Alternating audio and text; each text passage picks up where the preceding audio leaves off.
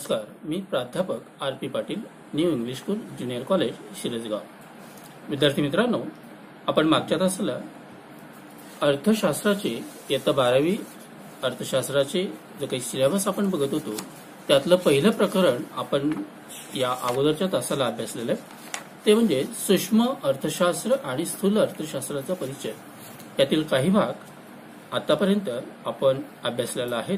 याच्या पुढचा भाग आहे स्थूल अर्थशास्त्राचा अर्थ. बघा, स्थूल अर्थशास्त्र संपूर्ण अर्थव्यवस्थेचे विश्लेषण करणारी अर्थशास्त्राची एक शाखा आहे.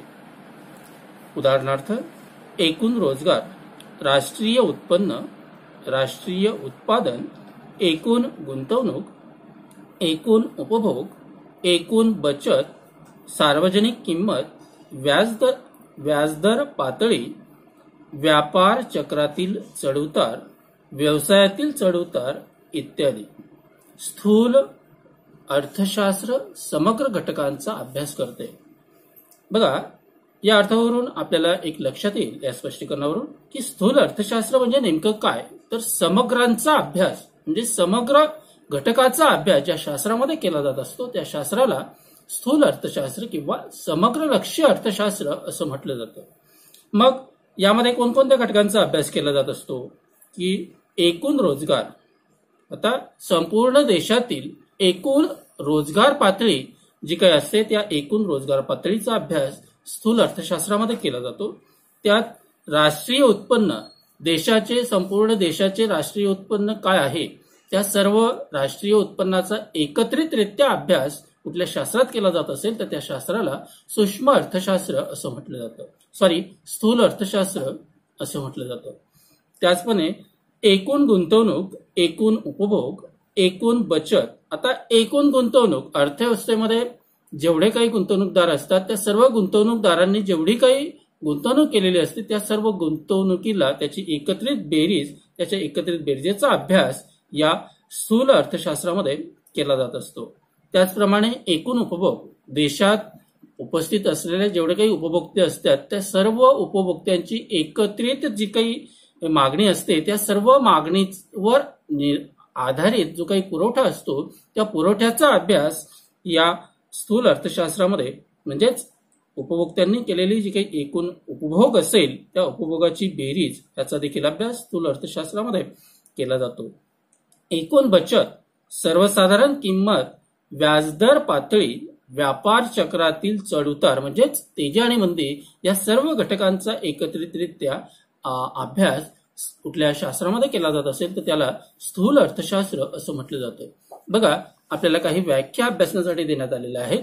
त्यात स्थूल अर्थशास्त्राची व्याख्या, पहिली व्याख्या बघा, प्राध्यापक J.L. हॅन्सन यांनी केलेली व्याख्या. काय म्हणतात बघा हॅन्सन, स्थूल अर्थशास्त्र ही अर्थशास्त्राची अशी शाखा आहे की ज्यात एकूण रोजगार, एकूण बचत, एकूण गुंतवणूक, राष्ट्रीय उत्पन्न यासारख्या मोठ्या समुच्चयांचा व त्याच्यातील परस्पर संबंधांचा विचार करण्यात येतो. बघा, स्थूल अर्थशास्त्र म्हणजे अशा अर्थशास्त्र की अर्थशास्त्राची अशी शाखा की त्या शाखेमध्ये एकूण रोजगार, एकूण बचत, एकूण गुंतवणूक, एकूण राष्ट्रीय उत्पन्न यासारख्या मोठ्या घटकांचा अभ्यास किंवा मोठ्या समुच्चयांचा अभ्यास ज्या शास्त्रामध्ये केला जात असतो त्या शास्त्राला स्थूल अर्थशास्त्र असं म्हटलं जातं हॅन्सनच्या मते. दुसरी व्याख्या आहे प्राध्यापक कार्ल शॅपिरो. शॅपिरो काय म्हणतात बघा, स्थूल अर्थशास्त्र अर्थव्यवस्थेच्या संपूर्ण कार्यपद्धतीशी संबंधित आहे. ज्या पद्धतीने सूक्ष्म अर्थशास्त्रामध्ये फक्त एखाद्या वैयक्तिक घटकाचा अभ्यास सूक्ष्म अर्थशास्त्रात केला जात होता, मात्र स्थूल अर्थशास्त्रामध्ये तुम्हाला मी त्या घटकाचा अभ्यास करत असताना मी तुम्हाला सांगितलं होतं की स्थूल म्हणजे काय की एकत्रित अभ्यास, एखाद्या घटकाचा अभ्यास नसून तर संपूर्ण त्या घटकाशी संबंधित रिलेटेड अशा सर्व घटकांचा अभ्यास ज्या शास्त्रामध्ये केला जात असतो त्या शास्त्रालाच स्थूल अर्थशास्त्र असं म्हटलं जातं. शॅपिरोच्या मते स्थूल अर्थशास्त्र अर्थव्यवस्थेच्या संपूर्ण कार्यपद्धतीशी संबंधित आहे. म्हणजे अर्थव्यवस्थेमध्ये सर्व घटकांची जी काही एकत्रितरित्या अभ्यास केला जातो असतो त्या अभ्यासालाच स्थूल अर्थशास्त्र असं म्हटलं जातं. बघा, आपल्याला अभ्यासण्यासाठी खालील तक्ता देण्यात आलेला आहे. खालील तक्त्याच्या आधारे स्थूल अर्थशास्त्राची व्याप्ती स्पष्ट करता येते. म्हणजेच स्थूल अर्थशास्त्राची जी काही व्याप्ती आहे ती सूक्ष्म अर्थशास्त्राच्या व्याप्तीपेक्षा कितीतरी पटीने मोठ्या स्वरूपाची अशी स्थूल अर्थशास्त्राची व्याप्ती आहे.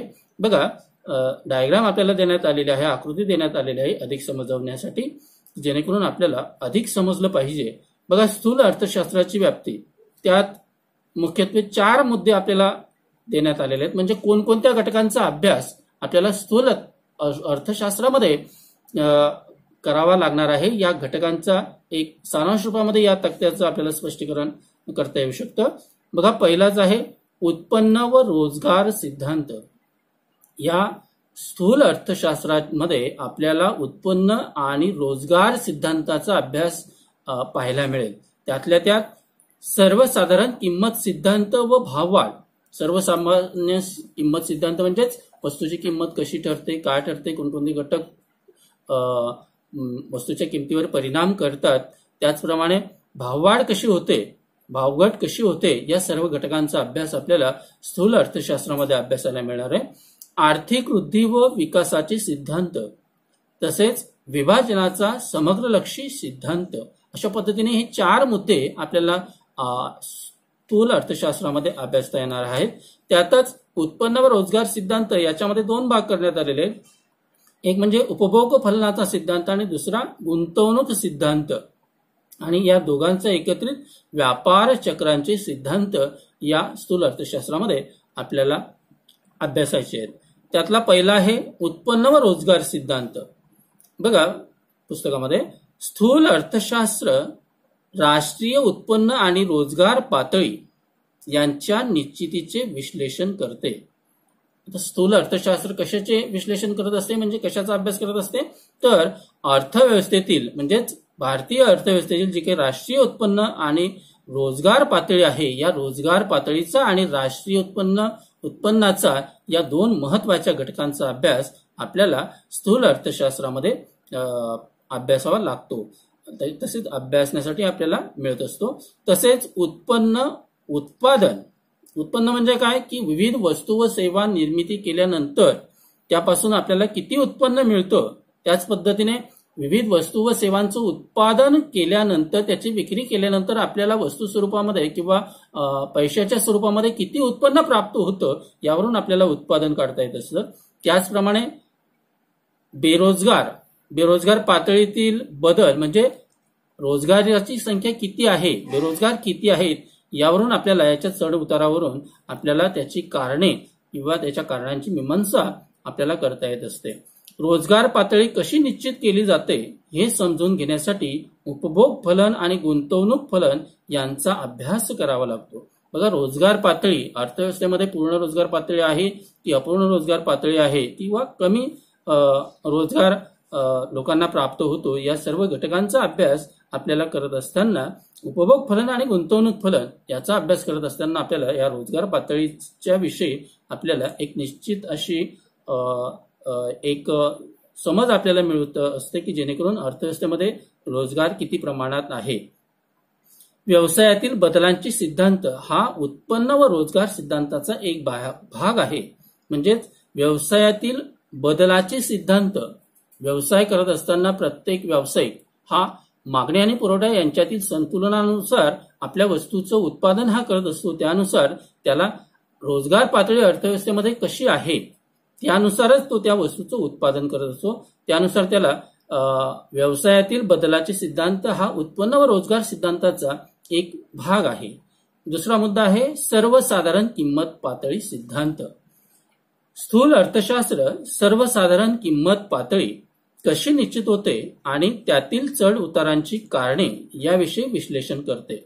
बघा, स्थूल अर्थशास्त्रात सर्वसाधारण किंमत पातळी म्हणजे एखाद्या वस्तूची किंमत संपूर्ण बाजारपेठेमध्ये त्या वस्तूला किती किंमत प्राप्त होते, एकंदरीत आपल्याला एका वस्तूची किंमत मात्र त्या एका वस्तूच्या किमतीचा संपूर्ण बाजारपेठेमध्ये त्या वस्तूच्या किमतीला कशा प्रकारे प्रतिसाद मिळत आहे त्यानुसार आपल्याला स्थूल अर्थशास्त्रामध्ये त्याचं विश्लेषण करता येत असतं.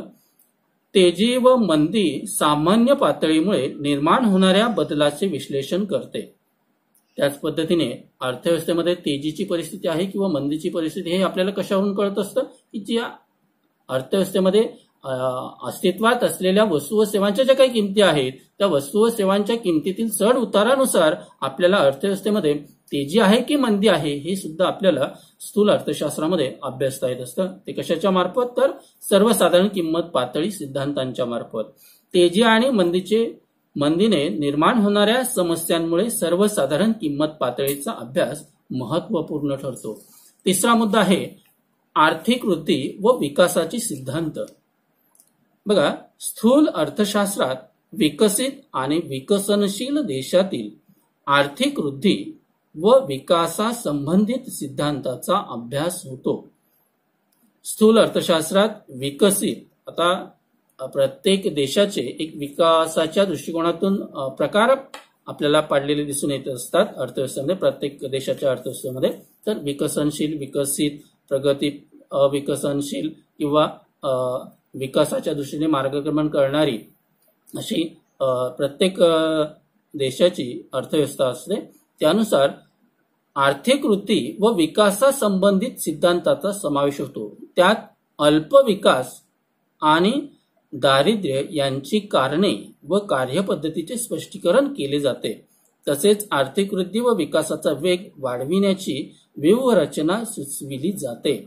बघा, आपल्याला स्थूल अर्थशास्त्रामध्ये आर्थिक वृद्धी व विकासाचे सिद्धांत अभ्यासत असताना या सिद्धांताचा उपयोग आपल्याला अल्पविकसित देशामध्ये जे काही दारिद्र्याचं प्रमाण असतं ते दारिद्र्याची प्रमाणाचं काय कारण आहे, का दारिद्र्य निर्माण होत असतं त्याची कार्यान्मीमांसा आपल्याला करता येत असते. त्याच पद्धतीने आर्थिक वृद्धी व विकासाचा वेग वाढविण्यासाठी आपल्या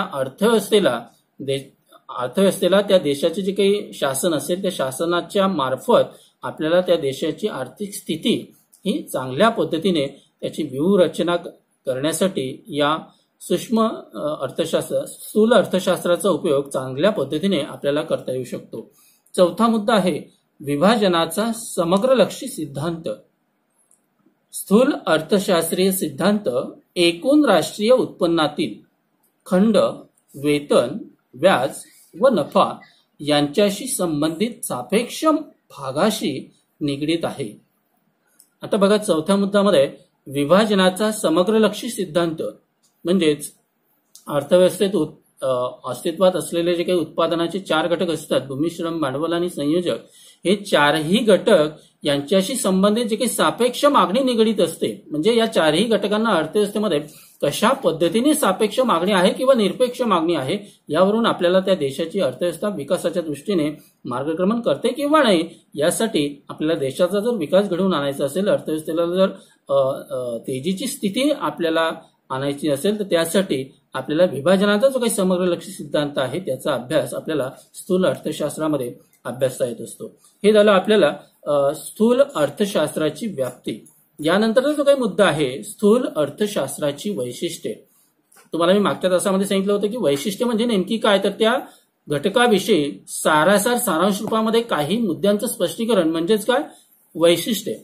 मग आता स्थूल अर्थशास्त्र म्हणजे काय हे बघितल्यानंतर त्याची व्याप्ती आपण बघितलेली. यानंतर आपल्याला स्थूल अर्थशास्त्राची वैशिष्ट्ये म्हणजे नेमकी काय आहेत ते आपल्याला अभ्यासायचंय. त्यातलं पहिलंच वैशिष्ट्य आहे समग्र घटकांचा अभ्यास. आता समग्र घटक म्हणजे नेमके कोणते?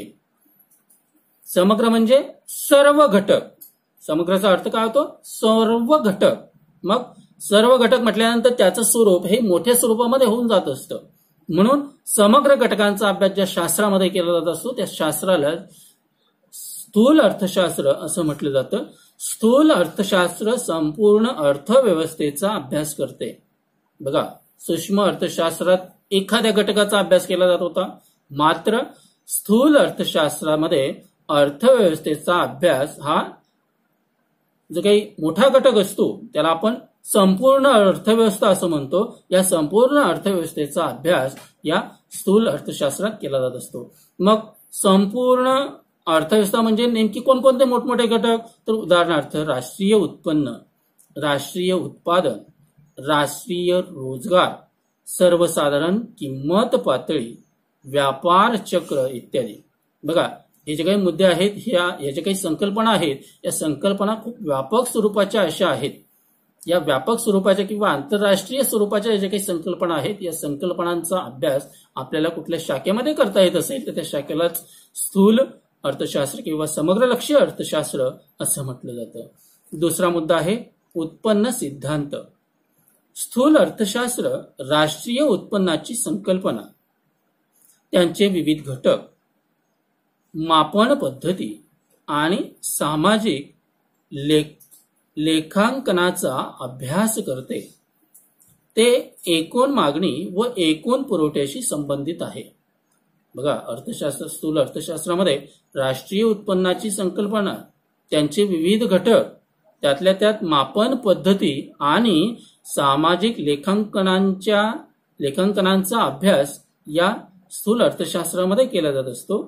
त्यातल्या त्यात एकूण मागणी व एकूण पुरवठ्याशी संबंधित जे काही घटक असतात, हे सर्व घटक, या सर्व घटकांचा अभ्यास स्थूल अर्थशास्त्रामध्ये केला जात असतो.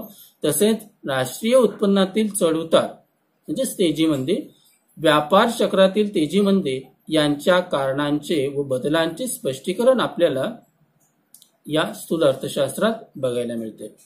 तिसरा मुद्दा आहे सर्वसाधारण समतोलाचे विश्लेषण. सर्वसाधारण समतोल म्हणजेच नेमकं काय की अर्थव्यवस्था ही असंतुलित आहे की संतुलित आहे. मग संतुलित जर असेल तर संतुलित आपण केव्हा म्हणणार की ज्या वेळेला अर्थव्यवस्थेमध्ये सर्वसाधारण किंमत पातळी अस्तित्वात असते, त्यावेळेला अर्थव्यवस्थेत सर्वसाधारण समतोलाचा सिद्धांत आपल्याला बघायला मिळतो. म्हणजेच काय, स्थूल अर्थशास्त्र एकूण घटकांच्या वर्तनाशी आणि त्यांच्या कार्यपद्धतीशी संबंधित आहे. अर्थव्यवस्थेमध्ये जे काही उत्पादनाचे घटक असतात, त्या सर्व उत्पादनाचे घटक म्हणजेच उपलब्ध असलेली अर्थव्यवस्थेतील साधन सामग्रीचा पर्याप्त वापर या चारही घटकांच्या माध्यमातून जर चांगल्या प्रकारे केला जात असेल आणि त्याची कार्यपद्धती जर चांगल्या प्रकारची असेल तर सर्वसाधारण संपूर्ण अर्थव्यवस्थेतील मागणी व पुरवठा व किंमत यांच्या वर्तनाशी ती एक प्रकारे निगडीत असते. म्हणूनच सर्वसाधारण समतोलाचे विश्लेषण करताना एक प्रकारे संपूर्ण अर्थव्यवस्थेतील मागणी, पुरवठा व किंमत यांच्या वर्तनाशी निगडीत असते. म्हणजे मागणी जास्त असेल तर त्याला प्रतिसाद देणारा पुरवठा देखील हा जास्त असला पाहिजे. त्याच पद्धतीने त्याची किंमत मागणी आणि पुरवठ्यानुसार ठरली गेली पाहिजे. या सर्व तिघ घटक एकत्रित ज्या वेळेला येतात त्याच वेळेला सर्वसाधारण किंमत पातळी ही बाजारपेठेमध्ये अस्तित्वात येत असते. 4. परस्परावलंबन. बघा, स्थूल विश्लेषणात हे एकूण आर्थिक चले, उदाहरणार्थ उत्पन्न, उत्पादन, रोजगार, गुंतवणूक, किंमत पातळी यासारख्या आर्थिक चलांचे परस्परावलंबन लक्षात घेतले जाते. म्हणजे हे जे काही घटक आहेत, हे सर्व घटक म्हणजे कोणते? उत्पन्न, उत्पादन, रोजगार, गुंतवणूक, किंमत पातळी यासारख्या आर्थिक चलांचे, हे जे काही चल आहेत, या आर्थिक चलांचे परस्परावलंबन लक्षात घेतले जाते. म्हणजे ही सर्व घटक एकमेकांवर आधारित असतात. म्हणून या सर्वांचं एकमेकावरचं जे काही निर्धारण आहे, ते निर्धारणाचा सुद्धा अभ्यास आपल्याला स्थूल अर्थशास्त्रामध्ये बघायला मिळतो. उदाहरणार्थ, गुंतवणूक पातळीत होणाऱ्या बदलांचा अंतिम परिणाम उत्पन्न, एकूण उत्पादन, रोजगार आणि अखेरीस आर्थिक वृद्धीच्या पातळीवर होतो. 5वा मुद्दा आहे राशी पद्धत. राशी पद्धतीत एका घटकाचा अभ्यास नसून संपूर्ण अर्थव्यवस्थेचा अभ्यास केला जातो. प्राध्यापक बोल्डिंग यांच्या मते जंगल म्हणजे संपूर्ण झाडांचा समुच्चय असतो, परंतु त्यात एका विशिष्ट झाडाची गुण वैशिष्ट्ये दिसून येत नाहीत.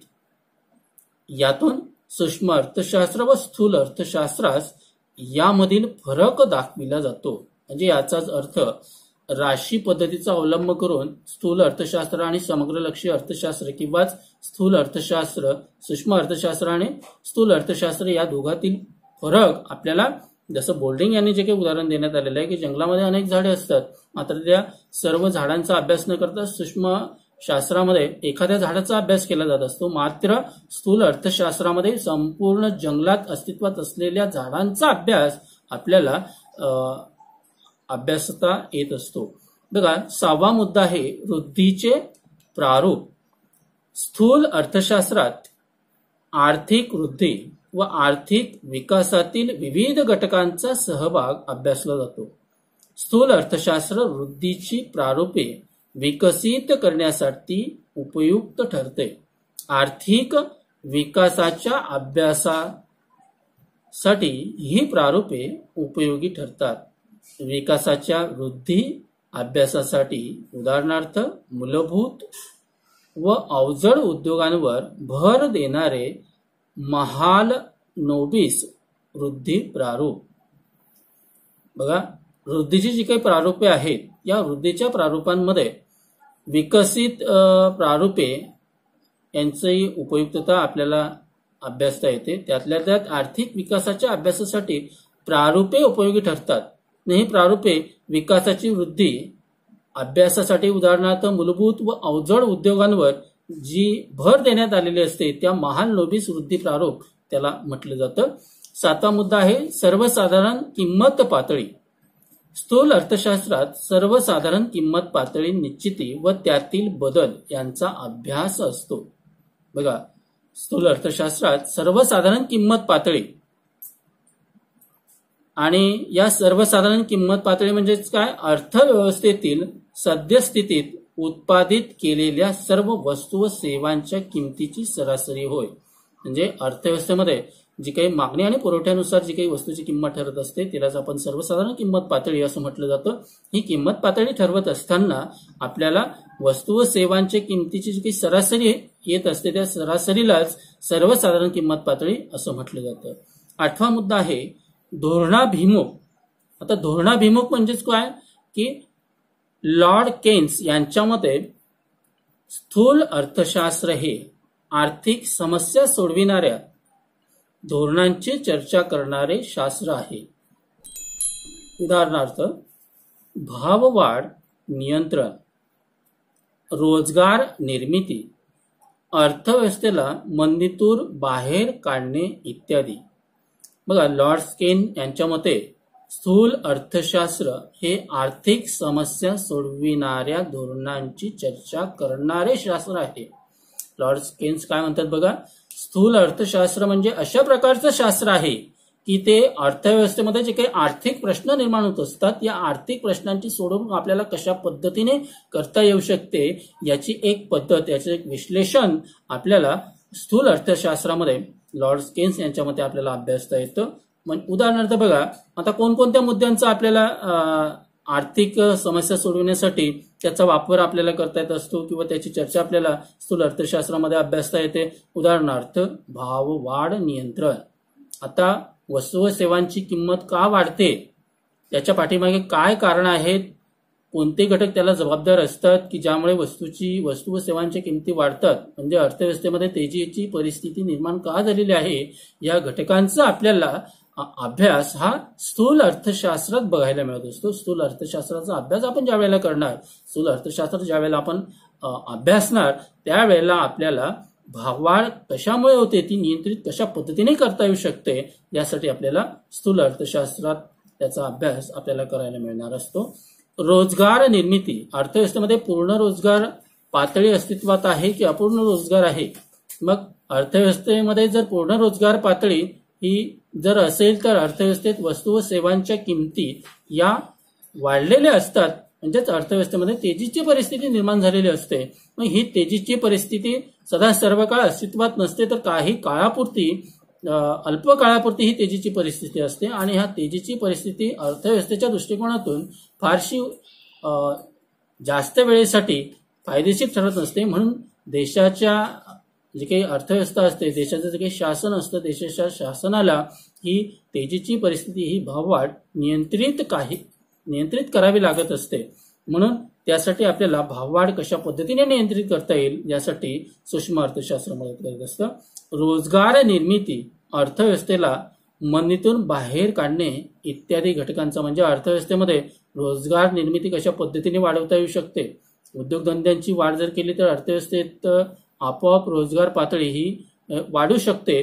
त्याच पद्धतीने जर रोजगार पातळी वाढलेली असेल आणि वस्तू व सेवांची किमती सुद्धा वाढलेल्या असतील तर तेजीची परिस्थिती अर्थव्यवस्थेमध्ये निर्माण झालेली असते.